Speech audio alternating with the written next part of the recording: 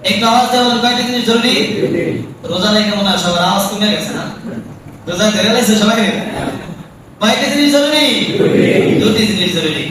এক নাম্বার হলো আল্লাহ তাআলার সাথে গভীর সম্পর্ক করা। আল্লাহ তাআলার সাথে গভীর কি করা? সম্পর্ক যারা ভালো করে বুঝবেন। দুই নাম্বার হলো বান্দার সাথে সুসম্পর্ক করা। বান্দার সাথে কি সম্পর্ক করা? সুসম্পর্ক করা, ভালো সম্পর্ক করা। হুজুর এই দুইটা কিভাবে অর্জন হবে? আল্লাহর সাথে গভীর সম্পর্ক অর্জন করার মাধ্যম হলো নামাজ পড়া। কি পড়া? নামাজ পড়া। কি পড়া? নামাজের মাধ্যমে আল্লাহ তাআলার সাথে গভীর সম্পর্ক অর্জন হবে, গভীর সম্পর্ক জড়িত হবে। আর যাকাত আদায় করার দ্বারা বান্দার সাথে সুসম্পর্ক জড়া হবে। আওয়াজ দেওয়া ঠিক কি না? তাহলে আমরা বুঝতে পারলাম তো আল্লাহর প্রিয় হওয়ার জন্য কয়টি জিনিস জরুরি? আওয়াজ দেওয়া বলেন কয়টি? এক নাম্বার হলো আল্লাহর সাথে সম্পর্ক করা, দুই নাম্বার হলো বান্দার সাথে সুসম্পর্ক করা। আর এই দুইটি কিভাবে হবে? নামাজের মাধ্যমে আল্লাহর সাথে সম্পর্ক সৃষ্টি হবে, আর যাকাত দেওয়ার মাধ্যমে বান্দার সাথে কি হবে? সুসম্পর্ক সংগঠিত হবে। এই যাকাত এত গুরুত্বপূর্ণ ইবাদত যে কোরআনে কারিমের ভিতরে একবার নয়, দুইবার নয়, তিনবার নয়, চারবার নয়, 1032 বার এই কোরআনের ভিতরে যাকাতের হুকুম দেওয়া হয়েছে। আল্লাহু আকবার। কতবার? আওয়াজ দেন কতবার? 32 বার। এই 32 এর বারের ভিতরে 28 বার নামাজের সাথে যাকাতের কথা উল্লেখ করা হয়েছে। কতবার? 28 বার নামাজের সাথে যাকাতের কথা উল্লেখ করা হয়েছে। এবার আপনারা বলুন যাকাতের গুরুত্ব আছে নাকি নাই? নামাজ দেওয়ার আছে নাকি নাই?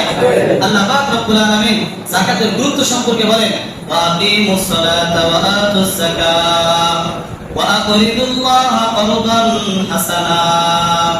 আল্লাহ রব্বুল আলামিন বলেন ওয়া আকিমুস সালাতা ওয়া আতুস যাকাত।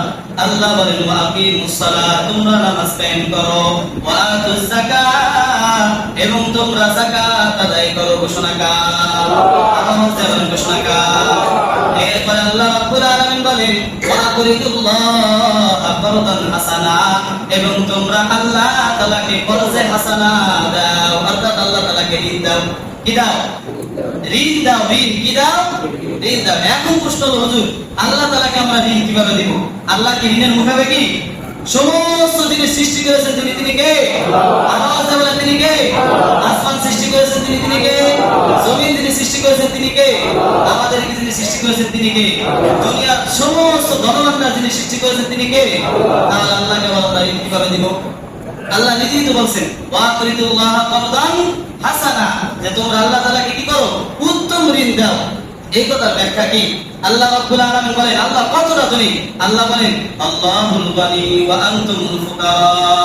এই বান্দা শুনিয়া নাও, আমার আল্লাহ বলেন আল্লাহুল গানি, আল্লাহ রাব্বুল আলামিন বলেন ধনী, ওয়া আনতুমুল ফুকারা, আর তোমরা হলো দরিদ্র। তাহলে আল্লাহ হলেন ধনী, আমরা হলাম ফকির, দরিদ্র। তাহলে ঠিক কি না? তাহলে আল্লাহ তাআলাকে কিভাবে ঋণ দিব? আল্লাহ রাব্বুল আলামিন বলেন ওয়া আকরিদুল্লাহ করদান হাসানা, ও বান্দা তুমি আল্লাহকে করজে হাসানা দাও। আমি আল্লাহর সম্পদের কোনো অভাব নাই, আমি আল্লাহর ধন সম্পদের কোনো অভাব নাই। তাহলে তুমি আমাকে কিভাবে করজে হাসানা দিবা? অর্থাৎ তোমাদের ভিতরে এমন অনেক বান্দাকে আমি সৃষ্টি করেছি যারা হলো এতিম, যাদের কোনো ধন সম্পদ নাই, যারা হলো গরিব মানুষ, তুমি তাদেরকে করজে হাসানা দিবা। বলেন না সুবহানাল্লাহ।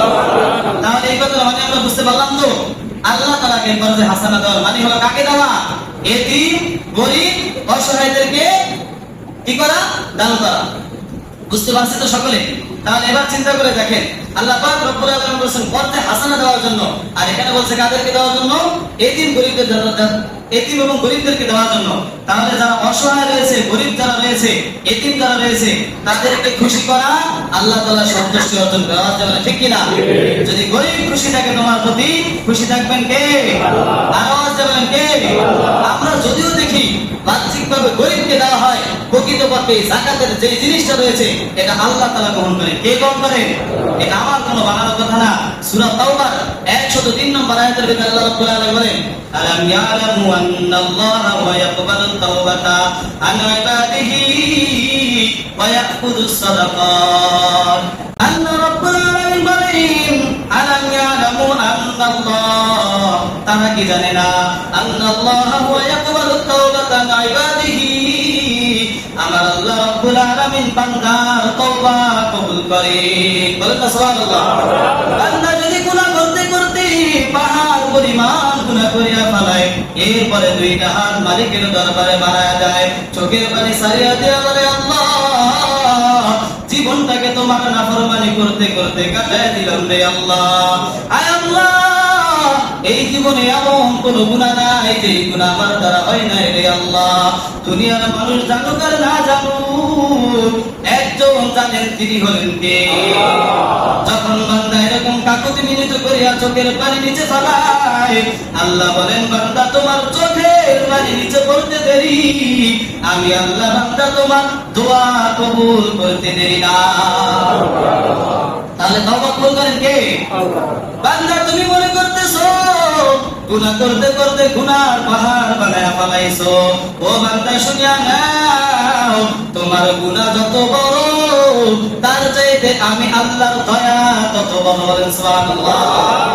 আল্লাহ দয়া বড় নাকি বড় না? আল্লাহ যদি দয়া আমাদের প্রতি না থাকতো, তাহলে যেই পরিমাণ নাফরমানি আমরা করি, যেই পরিমাণ গুনাহের কাজ আমরা করি, আল্লাহ রাব্বুল আলামিন আমাদেরকে যদি ধরিয়া ফেলাইতেন, প্রতিটা গুনার বিনিময়ে যদি আমাদেরকে শাস্তি দিতেন, একবার চিন্তা করে দেখেন, এমন কোন একটা দিন, এমন কোন একটা ঘন্টা আমাদের অতিবাহিত হয় কিনা যেই ঘন্টার ভিতরে আমাদের দ্বারা গুনাহ হয় না? হয় কিনা? এরকম হয়? হয় না। যদি আল্লাহ তাআলা আমাদেরকে পাকড়াও করতে, তাহলে আমাদের আর কোনো উপায় থাকতো না। আল্লাহ বলেন, আল্লাহ ওয়া ইয়াকবালু তাওবাতা আন ইবাদি। আল্লাহ রাব্বুল আলামিন বলেন, আল্লাহ তাআলা বান্দার তওবা কবুল করে, ওয়া ইয়াখুযু সাদাকাত, এবং আল্লাহ তাআলা বান্দার সাদকা গ্রহণ করে, তার যাকাত গ্রহণ করে। তাহলে এখান থেকে আমরা কি বুঝতে পারলাম? যাকাত যদি আমরা প্রকৃতপক্ষে দিয়ে থাকি কাকে? বান্দাকে, দুনিয়ার মানুষকে, কিন্তু মূলত গ্রহণ করেন কে? আওয়াজ এবং গ্রহণ করেন কে? হাদিসের ভিতরে আল্লাহ নবী সাল্লাল্লাহু আলাইহি ওয়াসাল্লাম বলেন, ও দুনিয়ার মানুষ, ইন্না সাদাকাতা তাকাউ, ইন্না সাদাকাতা তাকাউ ফি কাফির রহমান মিন কবরি আন তাকা ফি কাফিল ফাকির। দরিদ্র মানুষের হাতে তোমার যাকাতের টাকা পৌঁছানোর পূর্বে আমি আল্লাহর নিকট তার টাকা পৌঁছে যায়। বলেন সুবহানাল্লাহ। তাহলে আয়াত এবং হাদিস দ্বারা বুঝতে পারলাম, যদি আমরা দান করি বান্দাকে, এটা সন্তুষ্টি হবে কার জন্য? আওয়াজ দেবেন, কার জন্য? এখন কথা হলো, যাকাত দেওয়ার দ্বারা কি ফজিলত জানা দরকার আছে নাকি নাই? কারণ আমরা বাঙালি, আমরা লাভে বিশ্বাসী। কিসে বিশ্বাসী? যেখানে লাভ আছে সেখানে বাঙালি আছে। আওয়াজ দেওয়া ঠিক কিনা? যেখানে লস সেখানে বাঙালির কোনো খোঁজ থাকে না। ঠিক বলছি না? এই যে আল্লাহ রাব্বুল আলামিন যেহেতু জানেন বান্দার মনের অবস্থা, লাভের দিক থেকে বান্দা বেশি প্রাধান্য দিয়ে থাকেন, আল্লাহ রাব্বুল আলামিন যাকাতের ফজিলত বলে দিচ্ছেন। কেমন ফজিলত? ভালো করে খেয়াল করবেন। আল্লাহ রাব্বুল আলামিন সূরা বাকারার ভিতরে বলেন, মাতালুল লাযীনা ইউনফিকুনা আমওয়ালাহুম ফি সাবিলিল্লাহ। যেই ব্যক্তি আল্লাহ তাআলার রাস্তায় দান করে, যেই ব্যক্তি যাকাত আদায় করে, যেই ব্যক্তি সদকা দান করে, তার পরিণাম কেমন, তার দৃষ্টান্ত কেমন? আল্লাহ রাব্বুল আলামিন বলেন, মাতালুল লাযীনা ইউনফিকুনা আমওয়ালাহুম ফি সাবিলিল্লাহ কামাতালি হাব্বা। তার দৃষ্টান্ত হলো একটা শস্য দানার ন্যায়। কিসের ন্যায়? শস্য দানার ন্যায়। কেমন শস্য দানা? ওই শস্য দানাটাকে যদি জমিনের ভিতরে রোপণ করা হয়, আমবাতা সাবা সানাবিল, সেই শস্য দানাটা একটা নয়, দুইটা নয়, একাধারে 7টি শীষ উৎপাদন করে। কয়টি শীষ? 7টি শীষ। কয়টি শীষ? আচ্ছা, এখানে এরকম কেউ আছে যারা ধান লাগাইতে দেখছেন? আছেন কেউ? তাহলে যারা ধান লাগাইতে দেখছেন, ধান লাগানো হয় মূলত একটা, সেখান থেকে গাছুরে কয়টা, শিশুরে কয়টা? 7টা। কয়টা করে? আওয়াজ দেবেন, কয়টা? এই 7টা ওইটা, 7টার ভিতরে শুধু 7টা দান করার বিষয় এমন না। আল্লাহ রাব্বুল আলামিন কি বলেন? ফি কুল্লি সুনবুলাতিন মিআতু হাব্বা। প্রত্যেকটি শীষের মধ্যে 100 করে দানা থাকে। বলেন না সুবহানাল্লাহ। প্রতিটি শীষের মধ্যে কয়টি করে দানা? 100টি করে। ঘোষণা কার? আল্লাহ তাআলা আপনাদেরকে বুঝাইতে চাইছেন যে দান করলে কেমন সওয়াব হবে। একটু দেখো, লক্ষ্য করে, দুনিয়ার জমিনে একটা ধান, একটা শস্য যদি তোমরা রোপণ করো, তাহলে সেখান থেকে ডালপালা, শস্য, সেই শস্য থেকে তোমাদের জন্য 7টি শীষ বের হয়, আর একটি শীষের ভিতরে 100 করে দানা থাকে। কয়টি করে দানা? এবার আপনারা বলুন, 100 করে যদি একটা শীষে দানা থাকে, 7টা শীষে কয়শো দানা হয়? আওয়াজ দেওয়া বলেন কয়শো দানা হয়? 700 দানা হয়। তাহলে বোঝা গেল কি 1 টাকা যাকাত দিবা, 1 টাকা সদকা করবা, 1 টাকা দান করবা, 1 টাকা নেকি বাবা 700 টাকা। বলেন না সুবহানাল্লাহ। চিন্তা করে দেখছেন 1 টাকা দান করলে কত টাকা সওয়াব? 700 টাকা। এইবার আসুন, যদি সেটা রমজান মাসে হয়, যদি সেটা কোন মাসে হয়? এখন রমজান মাস না, একে কত? 70। একে কত? 70। তাহলে 700 কে যদি 70 দিয়ে গুণ দেন, ফল দাঁড়ায় কত? 49,000। সুবহানাল্লাহ বলবেন না?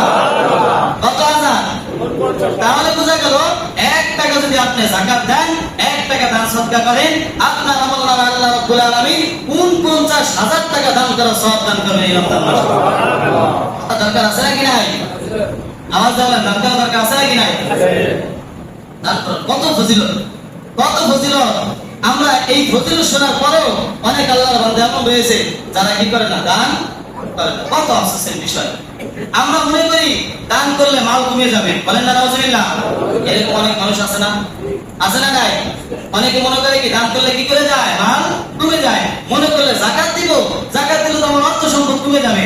অথচ আল্লাহ বলেন না, তুমি মনে করতেছো যাকাত দিলে তোমার অর্থ সম্পদ কমবে, আমি আল্লাহ তোমার অর্থ সম্পদকে বাড়িয়ে দিব। বলেন সুবহানাল্লাহ। কারণ যাকাত দেওয়ার দ্বারা মাল পবিত্র হয়, যাকাত দেওয়ার দ্বারা মাল বৃদ্ধি পায়। ঘোষণা কার?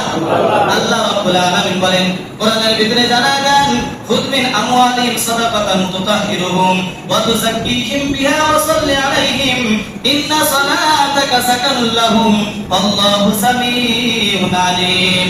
আল্লাহ রাব্বুল আলামিন নবীকে জানা দেন, নবী গো, আপনি তাদেরকে সদকা গ্রহণ করেন, আপনি তাদের থেকে যাকাত আদায় করেন, ওয়া তুযাক্কিহিম বিহা ওয়া সাল্লি আলাইহিম, এবং এই যাকাত আদায় করার দ্বারা তাদেরকে পরিশুদ্ধ করেন, ওয়া সাল্লি আলাইহিম, এবং তাদের জন্য আপনি দোয়া করেন, ইন্না সালাতাকা সাকানুল লাহুম আল্লাহু সামিউন আলিম। নিশ্চয়ই আপনার দোয়া এটা আপনার উম্মতের জন্য প্রশান্তিমূলক। উম্মতের জন্য কি?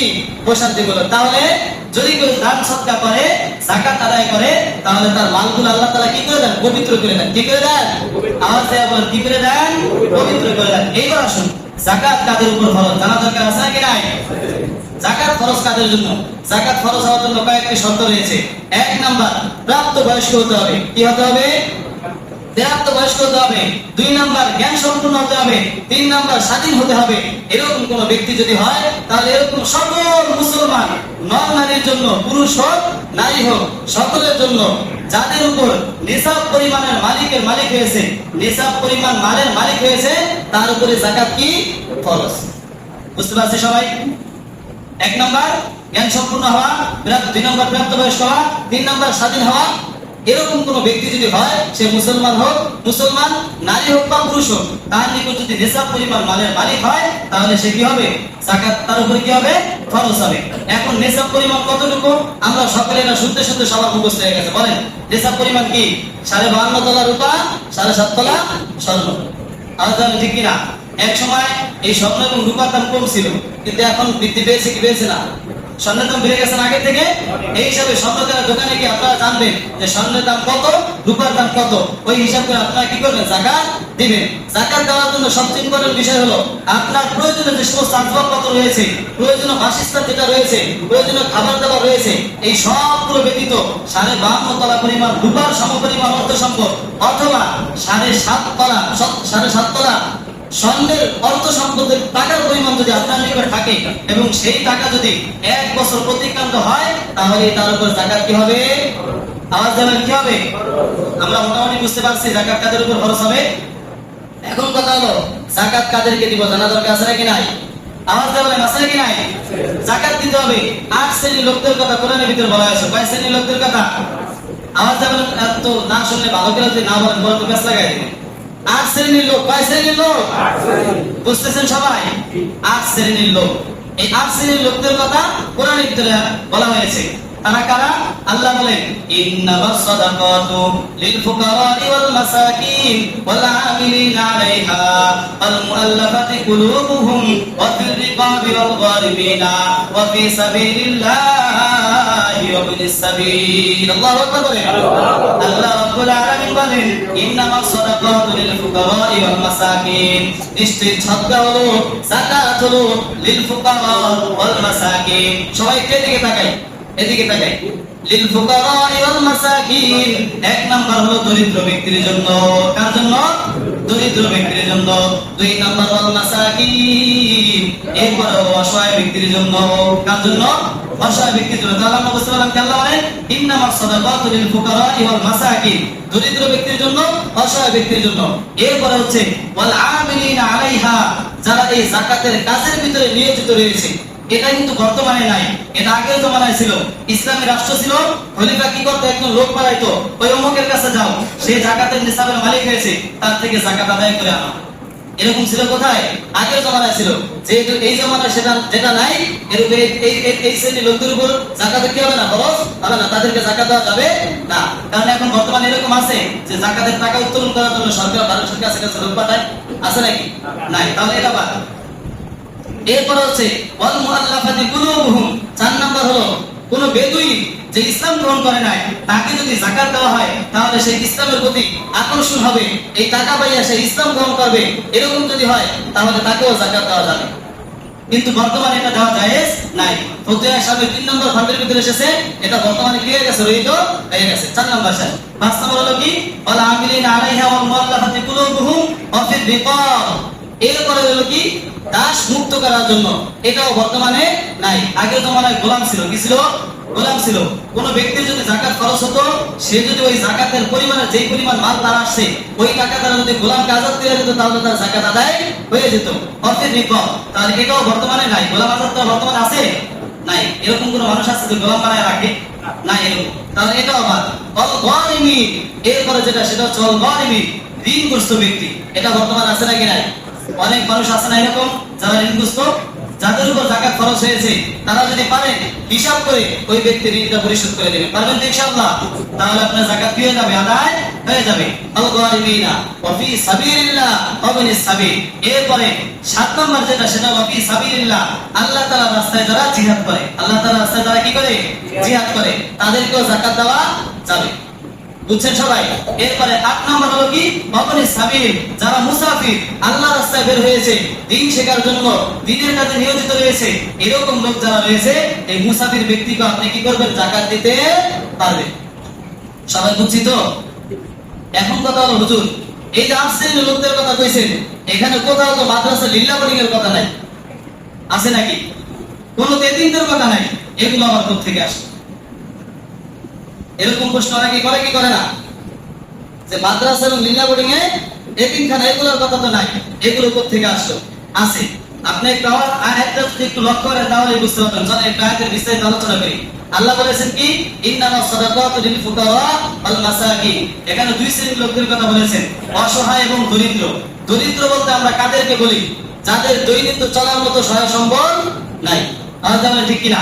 এরকম দরিদ্র ব্যক্তির ভিতরে আমার অনেক শ্রেণী রয়েছে।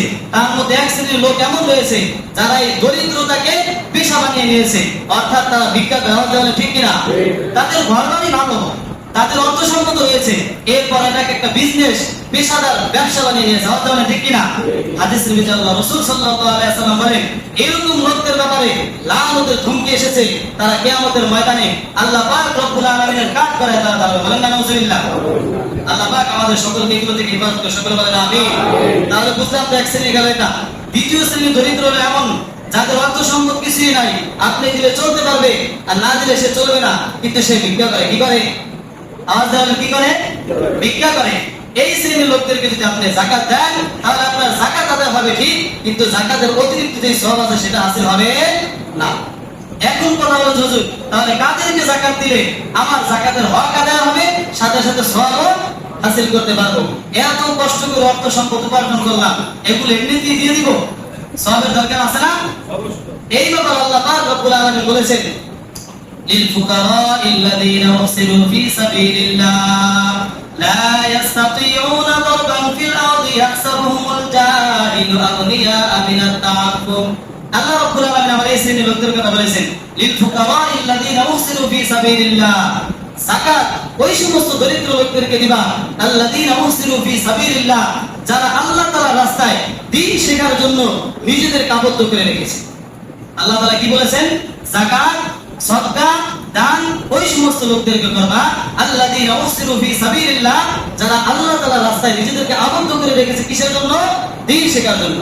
লা ইস্তাতিউনা দারবান ফিল আরদি, এতটাই তারা দ্বীন শেখার জন্য মশগুল হয়ে রয়েছে, তারা দুনিয়ার মানুষের কাছে হাত পাতার সময় পায় না, দুনিয়ার মানুষের কাছে চাওয়ার সময় পায় না, সর্বদা আল্লাহ রাব্বুল আলামিনের যে বাণী রয়েছে, রাসূলের যে বাণী রয়েছে, এগুলো শিক্ষা করতে করতে তাদের দ্বীন চলে যায়। এরপর আল্লাহ পাক রব্বুল আলামিন আরো বলে দেন, দুনিয়ার এক শ্রেণীর ধনী লোক রয়েছে, ইয়াসাবুল জাহিলু আগনিয়া মিনাত তাআফুর, এই যে তারা মানুষের কাছে হাত পাতে না, এই জন্য ওই মূর্খ ধনী লোকরা মনে করে তারা অভাব মুক্ত, তাদের কোনো ঋণ নাই, তাদের কোনো অভাব নাই, এরকম তারা মনে করে। এটা কি আমার কথা? কার কথা? আল্লাহ স্বয়ং বলে দিচ্ছে, পরিচয় দিচ্ছে আপনাদেরকে যে কাদেরকে আপনি যাকাত দিবেন। এই যাকাত যাদেরকে দিবেন, দেওয়ার জন্য আপনার সওয়াব হাসিল হবে, যাকাত আদায় হবে। ওই শ্রেণীর লোকদের কথা আল্লাহ তাআলা বলতেছেন, লিল ফুকারাইল্লাযীনা উসিরু ফি সাবিলিল্লাহ লা ইস্তাতিউনা দারবান ফিল আরদি, তারা জমিনের ভিতরে মানুষের কাছে হাত পাততে পারে না, ভিক্ষা চাইতে পারে না, তাদের সেই সময়টুকু নাই। আর দুনিয়ার ধনী লোক যারা রয়েছে, তারা তাদেরকে দেখে বড় লোক মনে করে, হাত পাতে না, বিনা মনে হয় তার অর্থ সম্পদ রয়েছে, এই জন্য তাদেরকে যাকাত দেয় না। আল্লাহ বলেন, বান্দা তুমি কিভাবে তাদেরকে চিনবা? আল্লাহ সেটাও বলে দিচ্ছেন, তারিকুহুম বিসীমাহুম, তাদের কিছু আলামত রয়েছে, সেটা দেখে তোমরা চিনবা। তাদের কিছু কি রয়েছে? আলামত রয়েছে, সেটা দেখবে চিনবা। আলামত কি? ইয়াসআলুনান নাসা ইলহাফা, তারা মানুষের কাছে ভিক্ষা করবে না। মানুষের কাছে কি করবে না? ভিক্ষা করবে না, কাকুতি মিনতি করবে না, মানুষের কাছে অর্থ সম্পদ চেয়ে তোমার ধারে ধারে হাত পাতবে না। এরাই হলো ওই সমস্ত লোক যাদের কথা কোরআনের ভিতরে বলা হয়েছে। এখন আপনারা বলেন, যারা মাদ্রাসায় থেকে পড়ালেখা করে, তারা এই শ্রেণীর ভিতরে অন্তর্ভুক্ত হয় কি হয় না? তারা বাইরে বের হওয়ার সুযোগ পায়, সর্বদা দিন শিখতে থাকে। আওয়াজ দেওয়া ঠিক কিনা? তাহলে বোঝা গেল কি তারা এই শ্রেণীর অন্তর্ভুক্ত। এখন বলেন, ওই সমস্ত বিল্লাবনি যেগুলো রয়েছে, এগুলো চলে কাদের টাকা? জনগণের টাকায় না? আপনার যাকাতের টাকায়, আপনার দানের টাকায়, আপনার সদকার টাকায়। ওই টাকাগুলো যখন আপনারা যাকাতের টাকাগুলো দেন, আমাদের বলার পরে যখন আনন্দ চিত্তে এই টাকাগুলো আপনারা নিয়ে পৌঁছায় দেন, আপনাদের কাছে আশা লাগে না? ছাত্ররা এসে বলে না আমাকে যাকাতের টাকা দেন, আপনি নিয়ে মাদ্রাসায় পৌঁছায় দিচ্ছেন, আপনার ওই টাকা দ্বারা তাদের খাবারের ব্যবস্থা করা হচ্ছে, ফ্রি কিতাবের ব্যবস্থা করা হচ্ছে, বিভিন্ন সুযোগ সুবিধার ব্যবস্থা করা হচ্ছে। আমরা যদি একটু লক্ষ্য করি তাহলে বুঝতে পারবো, স্কুল কলেজে যে সমস্ত ভাইরা পড়ে, তাদের খরচের পরিমাণ কি পরিমাণ হয়, কি পরিমাণ খরচ তাদের দিতে হয়। কিন্তু একটা মাদ্রাসা পড়ুয়ার যে সমস্ত ছাত্র রয়েছে, তাদের খরচ কিরকম হয়? দেখা গেছে সাধারণভাবে যে সমস্ত মাদ্রাসা রয়েছে, যেমন আমাদের কুতুবখালী যাত্রাবাড়ি বড় মাদ্রাসা, এই মাদ্রাসা এমন রয়েছে তারা ফ্রিতে খাবার খায়। কিতে খাবার খায়? 1 টাকা মাসে দেওয়া লাগে না। এরপরে কেউ 300 টাকা দেয়, কেউ 500 টাকা দেয়, কেউ 1000 টাকা দেয়, কেউ 2000 টাকা দেয়। আপনারাই বলেন, 500 টাকা দিয়া 3 বেলা খাবার খাওয়া, তারপরে পড়ালেখা করা, ঘর ভাড়া দেওয়া, এরপর শিক্ষকদের বেতন দেওয়া, সবকিছু করা সম্ভব? বলেন সম্ভব? তার এগুলো কোথেকে আসে? এই যে 300 টাকা ওই ছাত্ররা নিচে দিচ্ছে, আর বাকি টাকাগুলো কোথেকে আসে? আপনার পকেটের টাকা, আপনার পকেটের টাকা, আপনার পকেটের টাকা। যে সমস্ত টাকাগুলো আপনারা দান সদকা করেন, ওই টাকা দ্বারাই এই 300 টাকার সাথে আরো যদি 3000 টাকা যায়, ওই আপনার টাকা থেকে সেখানে পূরণ করে। এবার বুঝতে পারছেন সবাই? বুঝতে পারছেন তো?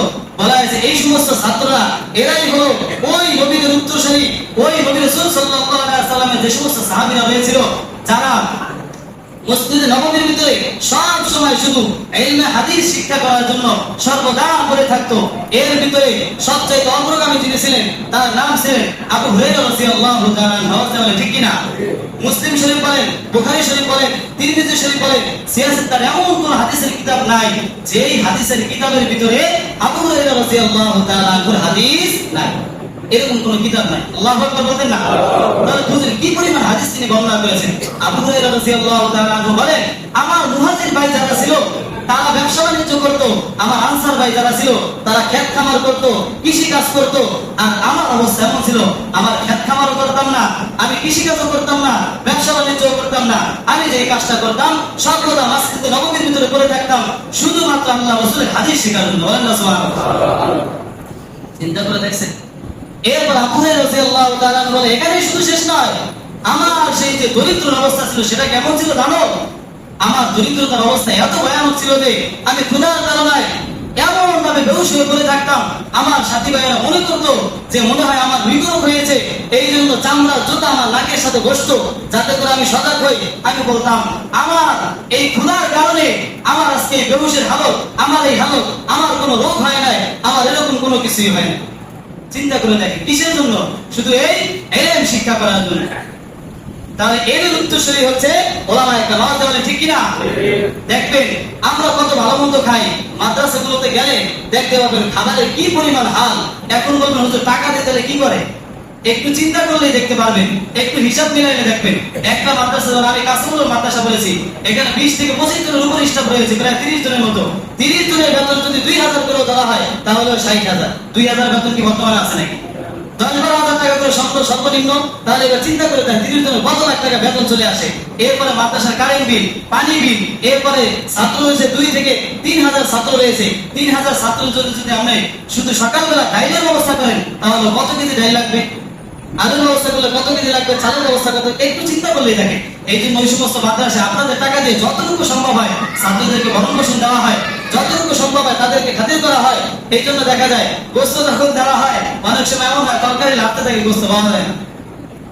এরকমও মাদ্রাসা তৈরি। এগুলো খেয়ে ছাত্ররা পড়ালেখা করতেছে, এই দিন শিখতেছে। তাহলে বোঝা গেল কি প্রতিটা জমানার ভিতরে, প্রতিটি জমানার ভিতরে এরকম একটা লোক থাকবে যারা সর্বদা দিন শিক্ষার পিছনে নিজেদের জীবন বক্ষণ করে নেওয়া যাবে, ঠিক কিনা?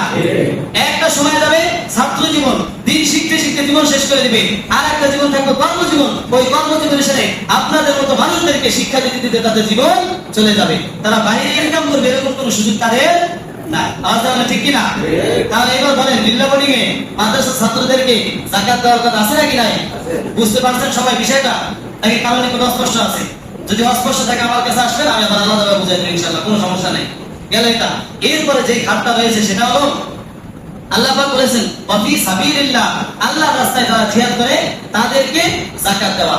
এখন আল্লাহর রাস্তায় যারা জিহাদ করে এটাও যেমন একটা ইবাদত, দিন শিক্ষা করা ওটা ওরকম একটা ইবাদত। বরং কোনো ক্ষেত্রে জিহাদের চাইতে দিন শিক্ষা করার ফজিলত বেশি হয়ে থাকে। তাহলে ঠিক কিনা? এর গুরুত্ব বেশি হয়ে থাকে। কেন হয়ে থাকে? কারণ পরিপূর্ণ দিন যদি আপনার না থাকে তাহলে আপনি বুঝতে পারবেন না কোনটা জিহাদ আর কোনটা সন্ত্রাস। তাহলে ঠিক কিনা? আপনি কিছু হলেই মারামারি লাগায়, কিছু হলেই খুন খারাপি করবেন, কারণ আপনার ভিতরে এলেম নাই, আপনার ভিতরে এলেম নাই, দিনের বুঝ নাই, তাহলে আপনি জিহাদ কিভাবে করবেন? জিহাদ মানে এটাও কিন্তু বুঝবেন। তাহলে বুঝা গেল মাদ্রাসার ছাত্ররা যারা দলবের রয়েছে তারা যেহেতু দিন শিক্ষা করে, এই ওয়াফি সাবিলিল্লাহ এই দলের অন্তর্ভুক্ত এই মাদ্রাসার ছাত্ররা হয়ে থাকে। তাহলে ঠিক কিনা? তাহলে আমরা বুঝতে পারলাম যে যাকাত দেওয়ার খাত আমরা পেয়ে গেলাম। এবার আসলে যাকাত দেওয়ার হিকমত কি?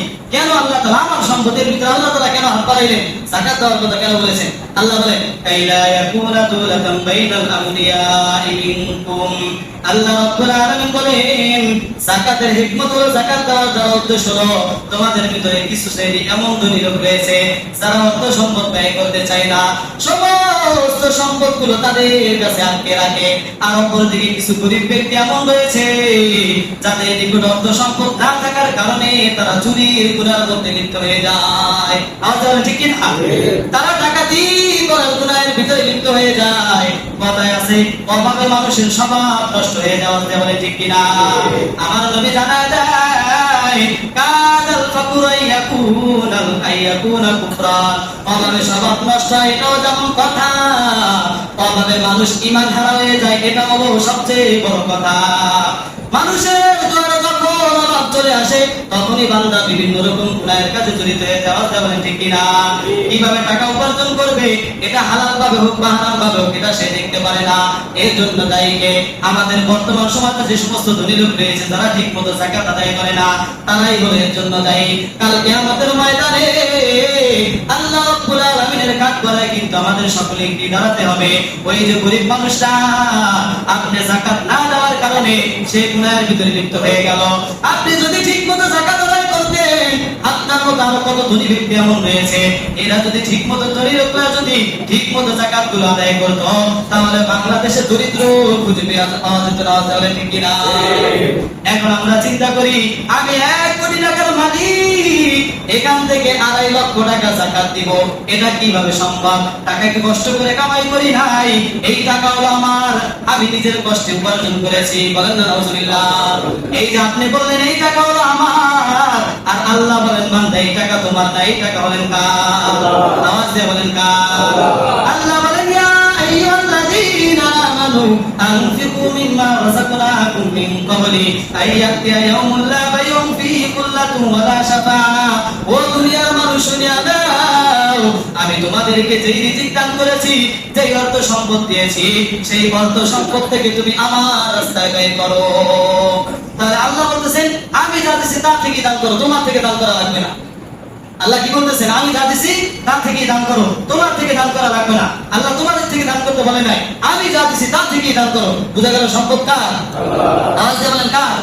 যেই আল্লাহ সম্পদ দিতে পারেন, সেই আল্লাহ সম্পদ দিতে পারেন কি পারেন না? একটু ইতিহাস ঘাটিয়া দেখো, তোমার চাইতে কত বড় সম্পদশালী লোক আমার আল্লাহ রাব্বুল আলামিন ইতিপূর্বে দুনিয়ার ভিতরে বানাইছেন। কোথায় গেল তাদের সম্পদ? কোথায় গেল তাদের ব্যক্তিত্ব? কোথায় গেল তাদের ক্ষমতা? আজকে তাদের নাম নিশানা নিলেও মানুষ ঘৃণা করতে থাকে। বলতে পারেন ঠিক কিনা? এমন লোক ছিল যাদের সম্পদ তোমাদের চাইতেও বেশি ছিল। যেমন কারণ সম্পদ বেশি ছিল না কম ছিল? এত পরিমাণ সম্পদ ছিল, এরপর যাকাত দেওয়ার জন্য অস্বীকার করেছে। মুসা আলাইহিস সালামের সাথে গাদ্দারি করেছে, তাকে অপবাদ দিয়েছে। আল্লাহ রাব্বুল আলামিন তাকে সম্পদ সহ মাটির ভিতরে দাবায় দিয়েছে। যেমন ঠিক কিনা? তাহলে সম্পদ কার? আওয়াজ দেন কার? সেখান থেকে আমাদের দিতে কোনো আপত্তি আছে? দিব তো আমরা সকলে জায়গা ইনশাআল্লাহ। কারা কারা দিব? সবাই দিবে। সবার উপর যাকাত খরচ হয়েছে। যাদের উপর যাকাত খরচ হয়েছে আমরা তারাই কি করবো? যাকাত দিব। আমি মনে করি আমার সম্পদ, আমি বলি না না তোমার কোনো সম্পদ নাই। একটা টাকা যখন তুমি উপার্জন করো, ওই টাকার ভিতরে তোমার কয়েকজন শরীক হয়ে যায়। এক নাম্বার তোমার বাবা মা। এক টাকা যখন তোমার পকেটে আসলো, সেখানে এক নাম্বার হকদার হয় তোমার বাবা মা, দুই নাম্বার হয় তোমার স্ত্রী, তিন নাম্বার হয় তোমার ছেলে সন্তান, চার নাম্বার হয় তোমার আত্মীয় স্বজন। বলতে বলেন ঠিক কিনা? তাহলে কিসের ভয় করতেছো? কেন কেন বলতেছো আমার সম্পদ? তুমি যে বলতেছো আমার সম্পদ, এই সম্পদ গুলো যদি জীবদ্দশায় তাদেরকে না দাও, মরিয়া যাওয়ার পরে তারা সকলে বাটবারা করে নিয়ে নিবে। বলতে বলেন ঠিক কিনা? তাহলে দুনিয়াতে আমার বলতে কিছু নেই। বলতে বলেন ঠিক কিনা? আমার বলতে কিছু আছে? কি আছে বলেন তো? আপনার কি কি আছে? কি কিছুই নাই। নাম এটাও দিয়েছেন অন্য একজন, জন্ম সেটাও দিয়েছেন অন্য একজন, দুনিয়াতে বানাইছেন সেটাও অন্য একজন, সম্পদ দিয়েছেন সেটাও অন্য একজন, খাইতে পারতেন না খাওয়ান শিখাইছেন সেটা অন্য একজন, আপনাকে যে কর্ম এটাও শিখেছে অন্য একজন। আওয়াজ দেবেন ঠিক কিনা? মরে যাবেন, আপনাকে যে লাশটা আছে এটা যে কবরে রাখবে সেটাও অন্য একজন। আপনি নিজে যা কবরের ভিতরে বসতে পারবেন? শুতে পারবেন? তাহলে কি আছে আপনার বলেন তো? একটু চিন্তা করে দেখেন কি আছে। আমার বলতে কিছুই নেই ভাই, কিছুই নেই। শুধু অতটুকু রয়েছে যেটা আমি দুনিয়ার জমিনে থেকে আল্লাহর রাস্তায় কি করতে পারবো? দান করতে পারবো। আমার ঈমান এবং আমল যদি ঠিক হয়ে যায়, দুনিয়াতেও শান্তি, আখিরাতেও শান্তি। আওয়াজ দেওয়া ঠিক কিনা? আল্লাহ পাক রব্বুল আলামিন আমাদের সকলকে পরিপূর্ণ হক আদায় করে যাকাত আদায় করে তৌফিক দান করে সকলে বলেন আমিন। যারা পরে আসছি যারা কবল একটু দাঁড়ান, একটু ছোট্ট একটু কথা বলি। আমরা কিছুদিন আগে ইফতারের টাকা উঠাইছিলাম না? আপনারা সবাই আনন্দের সহিত নাম লেখাইছেন কি লেখাইছেন না? এখন আমাকে বললো খাতুন সাহেবে মাত্র 12 জনে নাকি টাকা দিচ্ছে। কত জনে? আজকে রমজান কয়টা চলে? হ্যাঁ 9টা চলে। তাহলে আর 3 দিন চলে। 3 দিন পরে কি করবে বলেন তো? এই জন্য মেহেরবানি করে যারা নাম লেখাইছেন তাদের তো টাকা তুলে দিয়ে দেবেন। দিবেন তো ইনশাআল্লাহ? নাম যেহেতু লেখাইছে দিতে তো হবেই। এই জন্য আগে আগে দিয়ে দিন, উম্মতের জন্য ফায়দা হয়। কি বলেন? এখানে যেহেতু রোজাদার ইফতার করে যদি ভাই একজন আছে, খাতুন সাহেব টাকা নিয়ে মসজিদ সাহেব টাকা নিয়ে আসেন। এরকম যারা টাকা আছেন টাকাটা ইনশাআল্লাহ আমাদের পরে আমাদের যে কেশিয়া সাহেব রয়েছেন, মুয়াজ্জিন সাহেব রয়েছেন, খাদিম সাহেব রয়েছে, তাদের কাছে দিয়ে দিবেন। পারবেন ইনশাআল্লাহ? আল্লাহ পাক আমাদের সকল আমল করার তৌফিক দান করুন। সকলে বলেন আমিন। যারা পরে আসছে তারা